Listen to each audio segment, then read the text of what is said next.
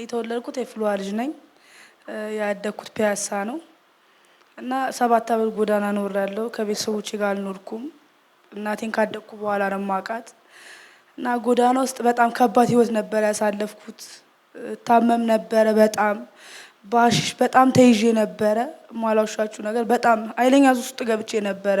እወጣለሁ ብዬ አሁን ራሴን ሳስበው ራሱ ይገርመኛል። እወጣለሁ ብዬ አስቤ አላውቅም እና ለኔ ተአምር ነው በሆነ ሰዓት ያለሁበት ቦታ ለኔ ልዩ ስጦታ ነው ፈጣሪ ያዘጋጀልኝ ብዬ ነው የማስበው። በርግጥ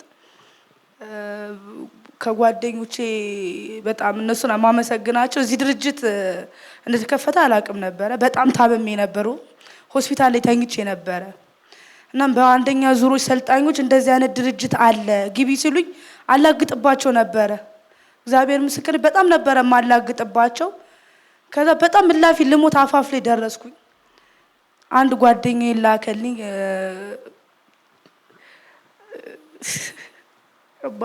በጣም በሰዓቱ በጣም ታምሜ ነበረ። ሰው ሁሉ ገፍቶኝ ነበረ። ሰውነቴ ቁስል በቁስል ነበረ። ስኳር በሽታ እንደያዘኝ ተነገረኝ እና ልሞት አፋፍ ላይ ደርሼ ነበረ። ወደዚህ እንድገባ አንድ ጓደኛዬ ረዳችኝ።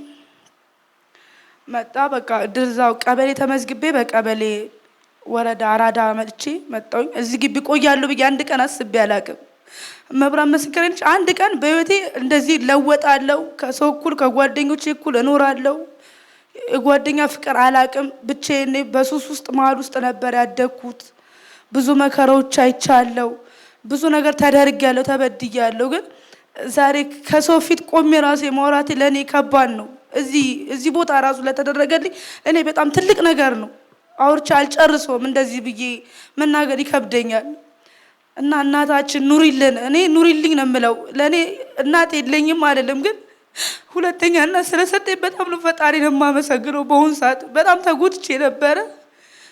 እዚህም እንክብካቤ ላረጉልኝ ከአስተዳደሮቹም ጭምር ተስፋ እንዳልቆርጥ ብዙ ነገር ተደርጎልኛል፣ ተለፍቶልኛል። መድኃኒቴን እንኳን በሰዓቱ ደጅ ገዝቼ መጠቀም የማልችለው መድኃኒት ነበረ የታዘዘልኝ።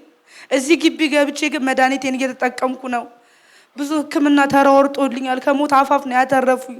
ሁላችሁንም እግዚአብሔር ያክብርልኝ። እናቴ እግዚአብሔር ያክብርሽ፣ እድሜሽን ያኑርልን፣ አትለይን።